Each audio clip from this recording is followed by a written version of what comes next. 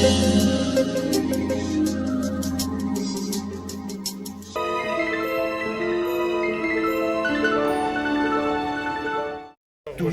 suis donc l'auteur de plusieurs de ces livres qui sont là, que vous voyez là. Trois là. J'ai, avec disons, la complicité d'une amie qui est éditrice, et un petit peu sur sa demande, mais c'est une commande très amicale. J'ai commencé par celui-ci, qui est un ensemble de textes de Baudelaire. Le Spleen de Paris. Spleen de Paris ou Poèmes en prose. Donc, qui est un texte classique de Baudelaire, très connu, mais quand même qui est moins connu que Les Fleurs du Mal, qui est moins connu que ses poèmes. Donc, c'était intéressant. Et ce livre contient des espèces de petits théâtres humains, des aventures et des considérations philosophiques. Et il était très intéressant de l'aborder sous le prétexte d'illustration. Je connaissais déjà le texte depuis longtemps, donc j'étais familier et j'ai pris plaisir vraiment à l'illustrer. Voilà. En gros, hein, voilà. Il est fait d'illustrations noires et blanches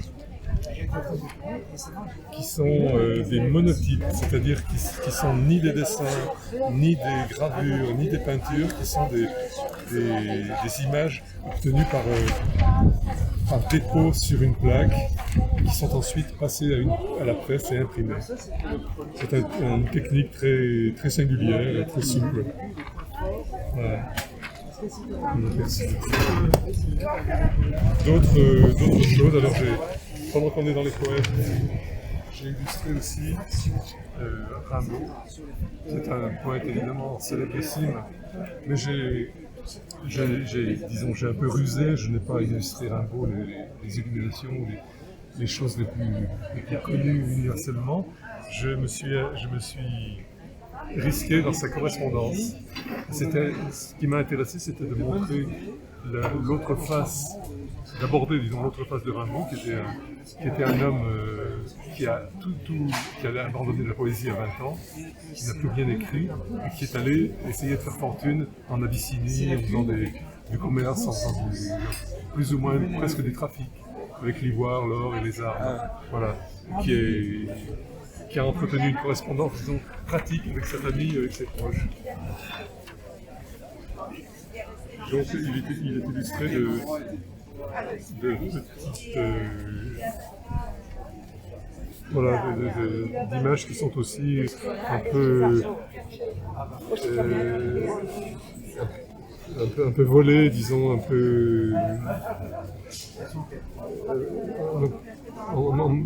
qui sont, disons, un peu risquées. J'ai imaginé beaucoup quand j'ai fait ça. Je ne suis évidemment pas allé sur place. Alors, ce sont des techniques variées, des collages, des aquarelles, du pastel, du crayon.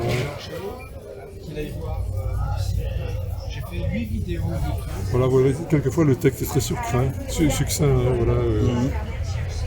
La lettre est beaucoup plus longue, mais j'ai chaque fois saisi une phrase ou deux. Voilà. Et donc, est-ce que je vais vous parler du troisième maintenant. Le troisième, c'est entièrement moi. Le texte est une petite entreprise de ma part, une petite entreprise littéraire. Ce sont des émotions de vie que j'ai essayé d'écrire de manière la plus succincte, la plus ramassée. Et les illustrations sont puisées dans des souvenirs des photos de famille, la plupart, que j'ai un petit peu... Je ne les ai pas montrées direct, je ne les ai pas exposées directement, je les ai brouillées, comme la mémoire peut quelquefois brouiller les pistes. Voilà.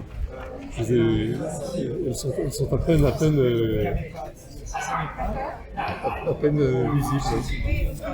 D'accord. Voilà, en gros. Alors chacun des livres comporte un hors-texte, une gravure originale qui qui est placé dans le livre, gravure numérotée. Là on a une espèce d'équivalent de ce qu'il y a dans le livre, des petits moments de vie très aléatoires. D'accord. Ça, c'est une gravure. Oui, les gravures, oui. Oui, j'ai travaillé tout ça. Ouais. Et chaque exemplaire est tiré à 100. Chaque édition est tirée à 100 exemplaires.